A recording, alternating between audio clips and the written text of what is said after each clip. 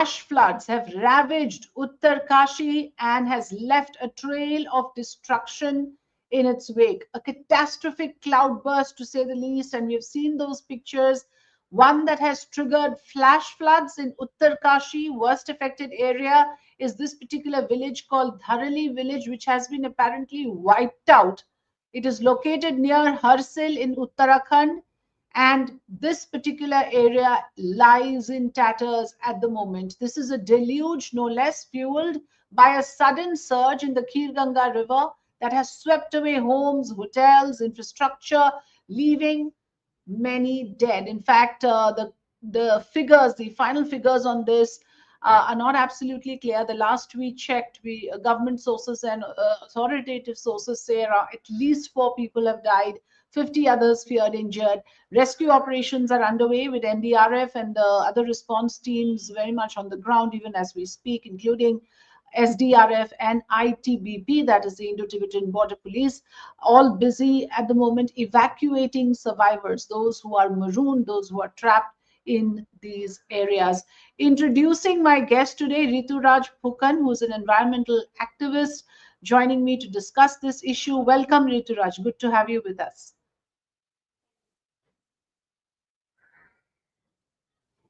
I hope, Rituraj, you can hear me.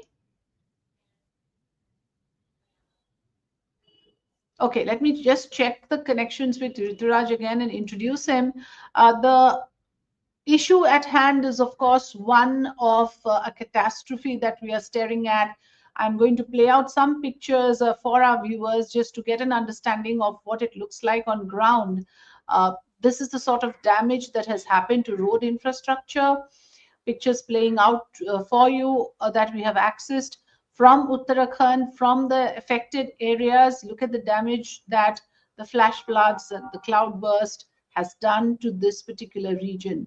And this is not just damage to infrastructure, human lives have been impacted to a great extent. And some of it is visible here as well. Let me play out some more pictures for you. Meanwhile, we're just trying to get Rituraj online with us. I'll try and check if he can hear me. Rituraj, can you hear me? Yes, I can hear you. Yeah. You can. Okay. All right. Thank you so much for joining us.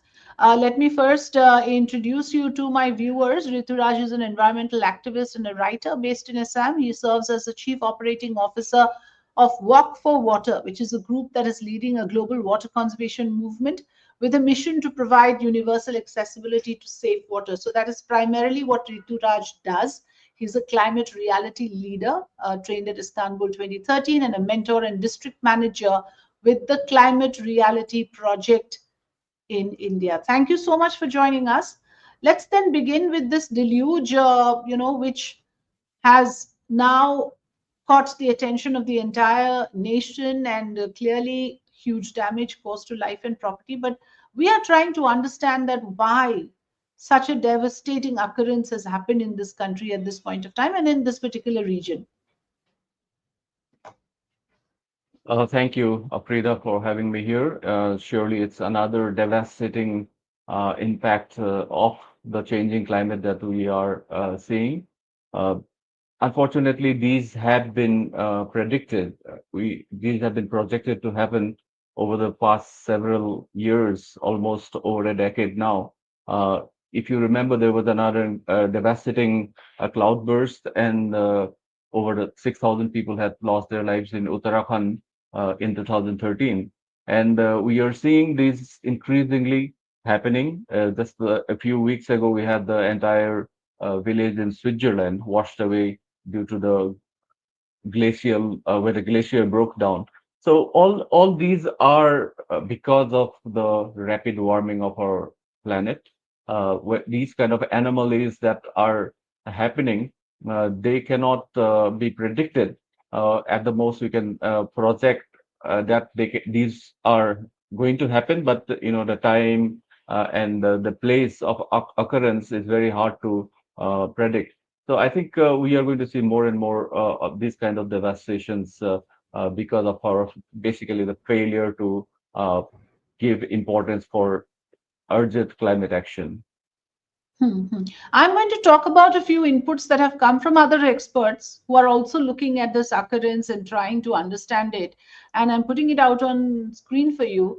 This is Vimlendu Jha, who says cloudburst induced by silt flow in the river. That is what he feels is the reason. 20 million tons of excavated soil has been dumped in Uttarakhand rivers, 56,000 trees chopped, blasts all around for 12-meter highway that is under construction of 889 kilometers. So, Rituraj, you see, this is what we are grappling with time and again in all these mountainous regions. On one hand, we need these areas to be accessible, roads are required, but the collateral damage that these construction activities cause has a huge repercussion, a very damaging one. Do you believe that there's a connection here?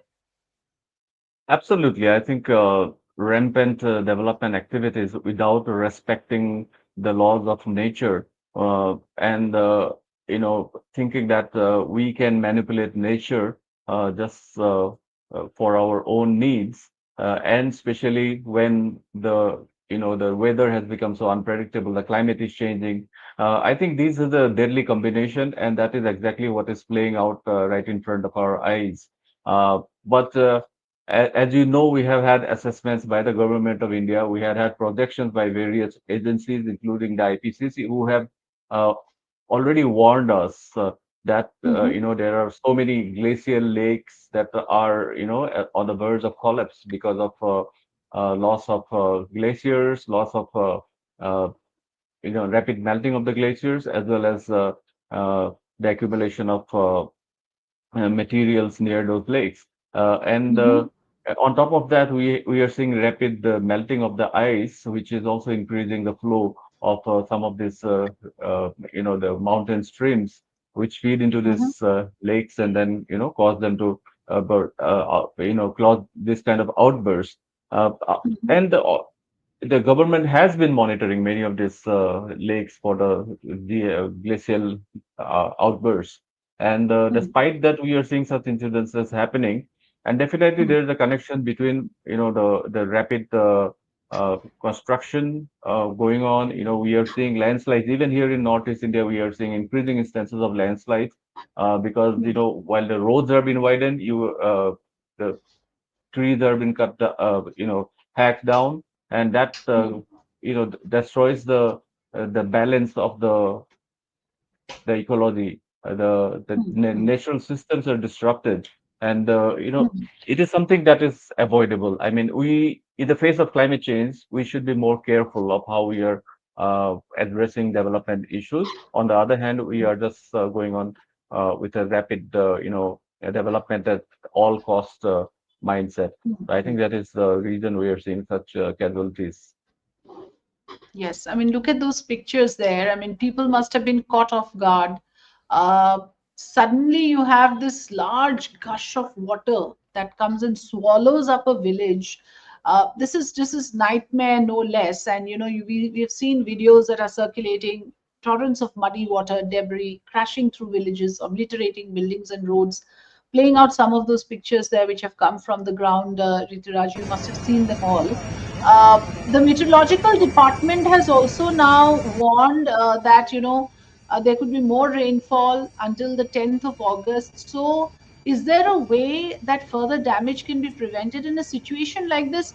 Somebody like you who closely observes these sort of changes, what would you recommend should be the steps taken at to prevent this firstly, and also at this to mitigate? See, I think we must realize that we are powerless in front of nature.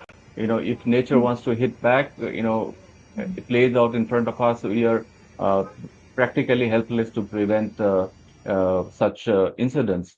The only Hmm. thing we can do is project and provide the people who are in the front lines with a early Hmm. warning system, a rapid evacuation system, maybe Hmm. and that could prevent lives. But then across the Himalayas, there are so many vulnerable areas, and there are systems in place.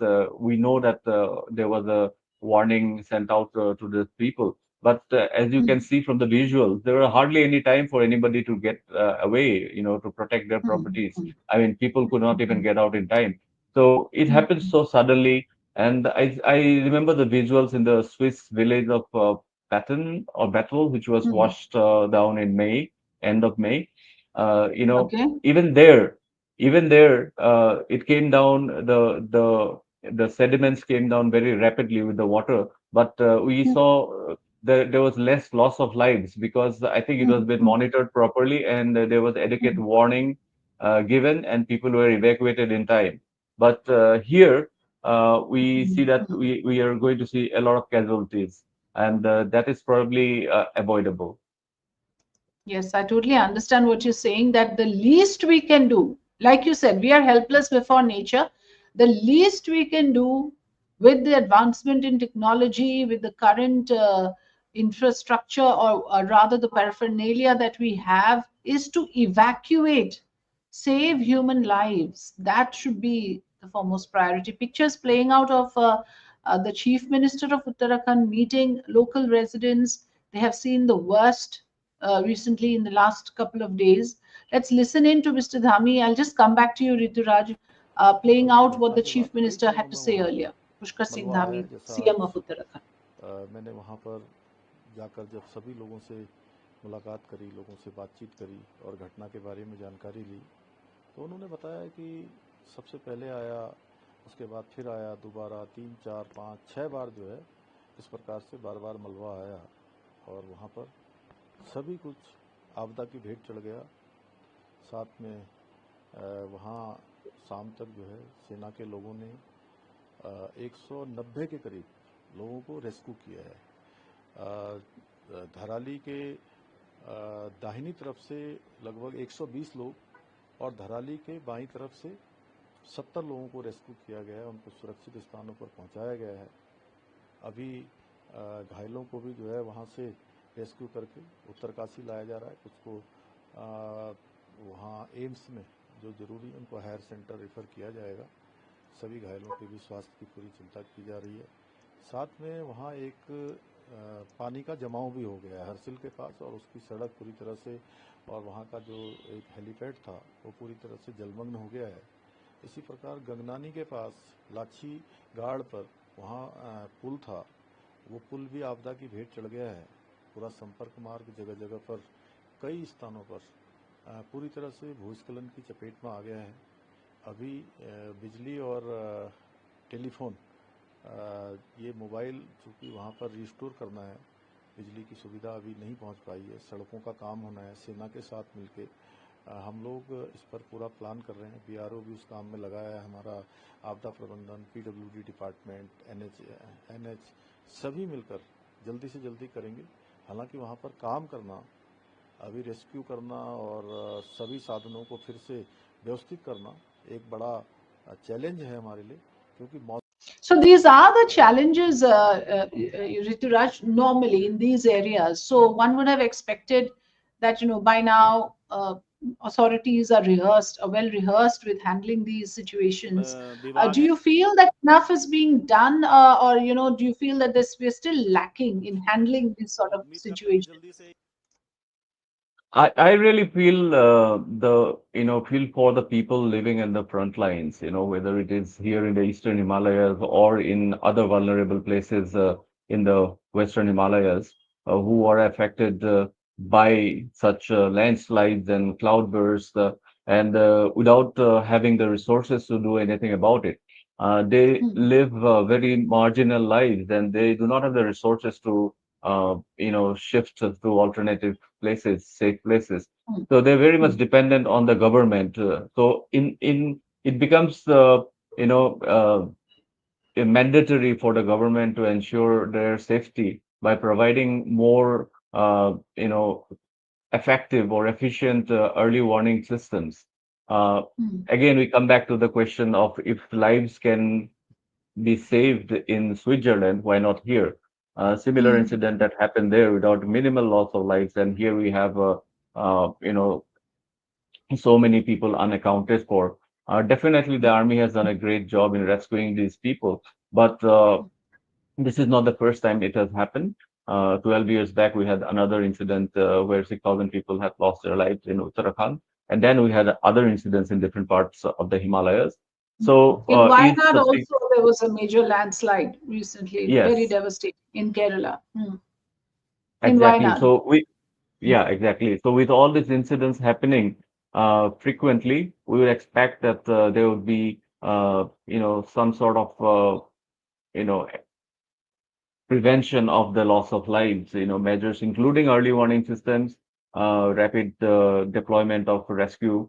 But I think again we are basically powerless in front of nature, and somehow we have to understand that this exploitation of nature in the name of development, especially in the face of climate change, is really pushing the boundaries of risk.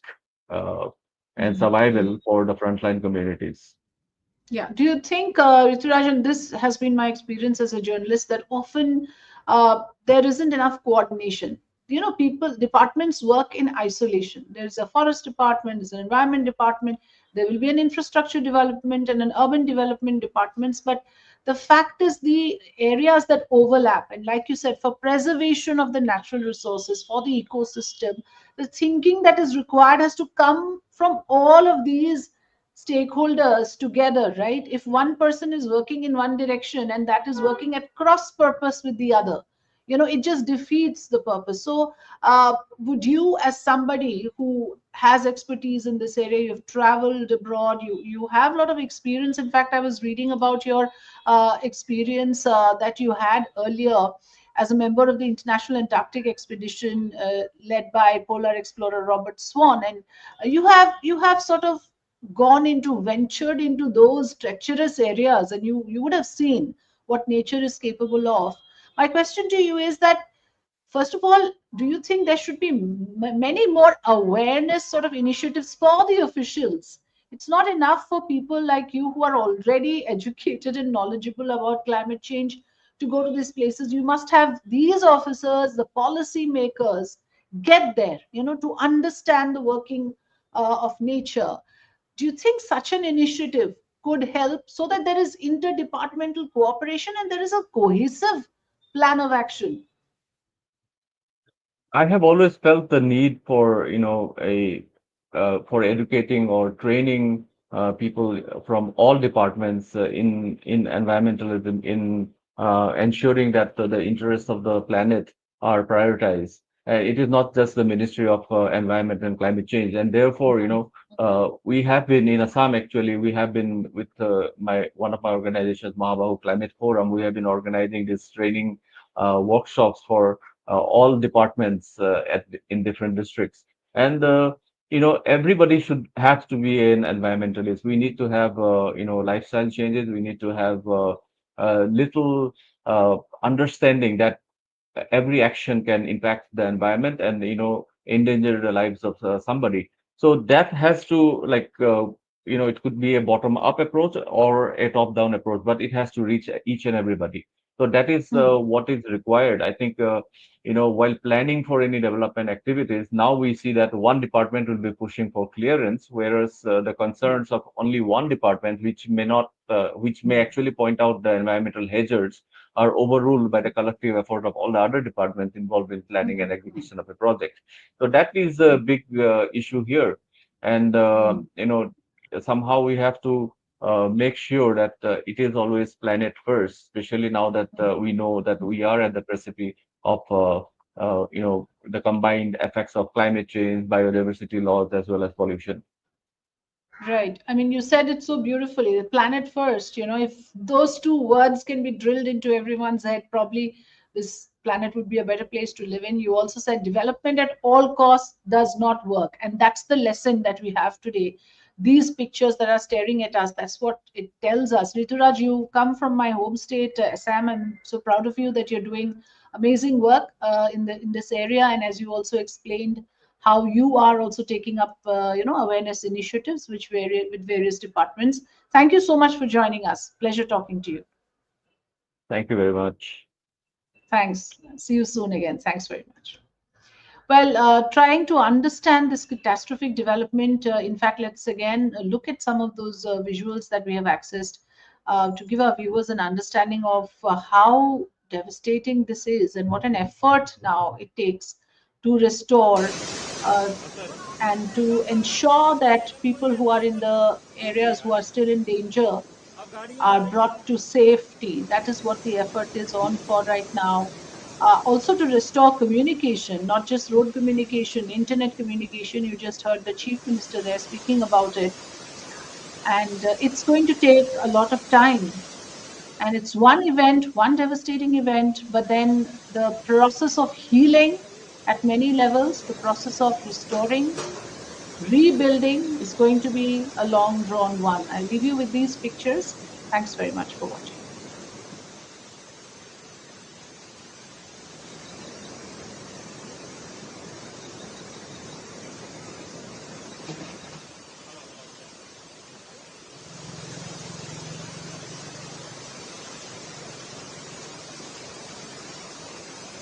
ये नहीं निकल पाएगी, ये गिर गया तो फिर नहीं निकल पाओगे आप।